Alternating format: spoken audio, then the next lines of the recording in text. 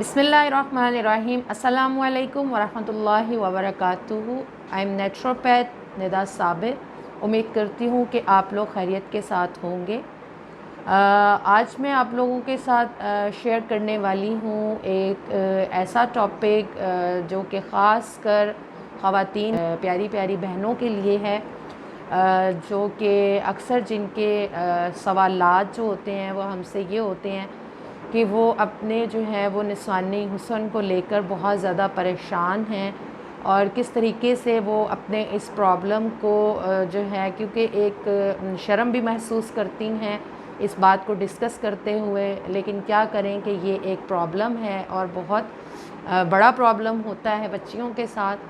तो मैंने सोचा आज जो है वो इसके ऊपर आप लोगों से थोड़ी सी बातचीत कर ली जाए और जो है वो इसके ऊपर एक आप लोगों को जो है मैं टिप भी ज़रूर दूंगी जिससे इंशाल्लाह आप लोगों को फ़ायदा होगा।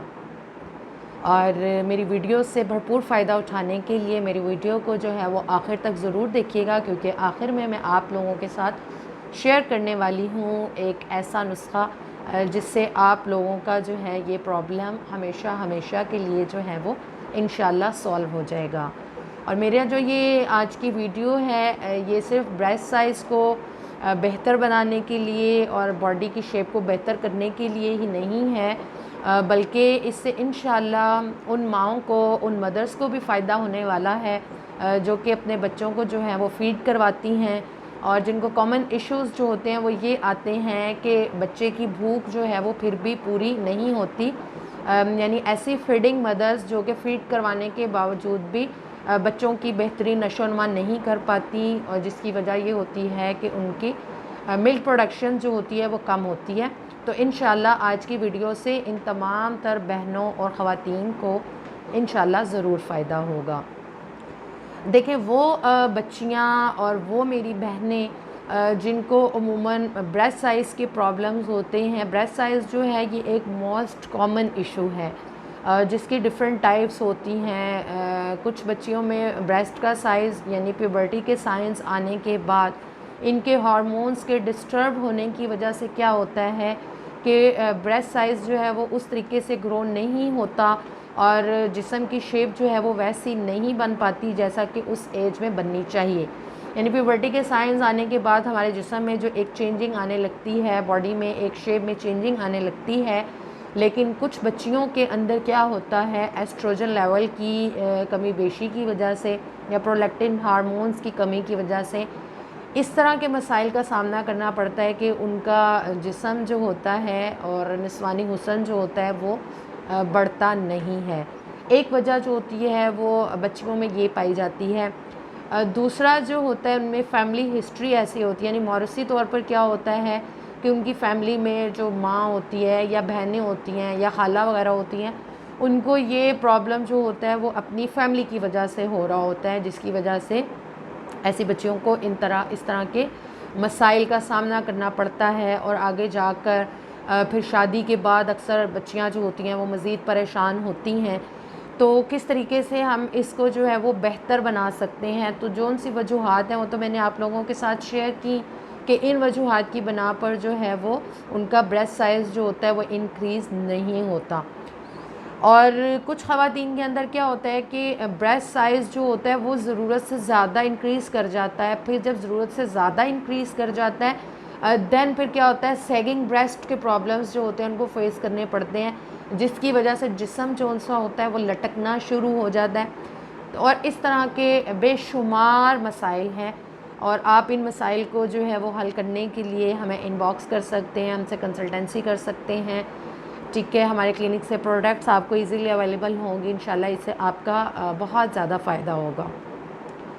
और इससे इंशाल्लाह वो बच्चियाँ जो कि तकरीबन जो है वो 25 इयर्स एज तक की, जिनको हार्मोन्स के डिसबैलेंस होने की वजह से ये तमाम तर प्रॉब्लम्स को फेस करना पड़ता है, उससे बेहतरीन इनको रिज़ल्ट्स मिलेगा। और वो जो फीडिंग मदर्स हैं जो कि बच्चों को फीड करवाती हैं, लेकिन प्रोलैक्टिन हार्मोन्स की डिस्टर्बेंस की वजह से जो है वो ब्रेस्ट साइज़ एक तो छोटा होता है और दूसरा जो है वो बच्चों की जो दूध की पूरी ज़रूरत है वो माँ से पूरी नहीं होती है। तो उसके लिए मैं आप लोगों के साथ एक जो है वो आप लोगों को एक नुस्ख़ा बताने वाली हूँ जो कि बहुत ज़्यादा कारआमद है।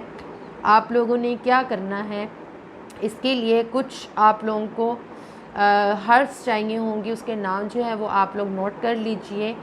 और उसके अंदर आप लोग डालेंगे असगन नागोरी, ठीक है। दूसरे नंबर के ऊपर आप इसके अंदर ऐड करेंगे मूसली सफ़ेद। तीसरे नंबर पे आप इसके अंदर ऐड करेंगे तिल सफ़ेद, ठीक है।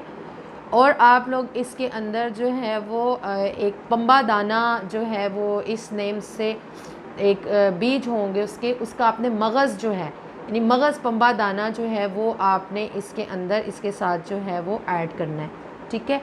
और साथ जो है वो आप लोग ले लीजिए तोदरी सफ़ेद। इन तमाम तर हर्ब्स को आपने क्या करना है, इक्वल क्वांटिटी के अंदर लेना है। यानी अगर आप 50-50 ग्राम ले रहे हैं तो 50 ग्राम ही आप लोग असगन नागोरी का लेंगे, 50 ग्राम ही आप लोग जो है वो मगज़ पंबा दाना, और 50 ग्राम ही आप इसके अंदर जो है वो मूसली का ऐड करेंगे, और 50 ग्राम ही आप इसके अंदर जो है वो आप इसमें ऐड कर लीजिए मगज़ बनोला भी आप इसमें ऐड कर सकते हैं। इसके अलावा जो है वो आप इसके अंदर ज़ीरा सफ़ेद और सौंफ वो भी इक्वल क्वांटिटी के अंदर लेंगे। इस सारे का आप लोगों ने क्या करना है, एक सफ़ूफ़ तैयार कर लेना है। इस सफ़ूफ़ को जो है वो आपने इस पाउडर को आपने एक बड़ा चम्मच जो है वो सुबह और एक बड़ा चम्मच जो है वो शाम को इसका इस्तेमाल करना है।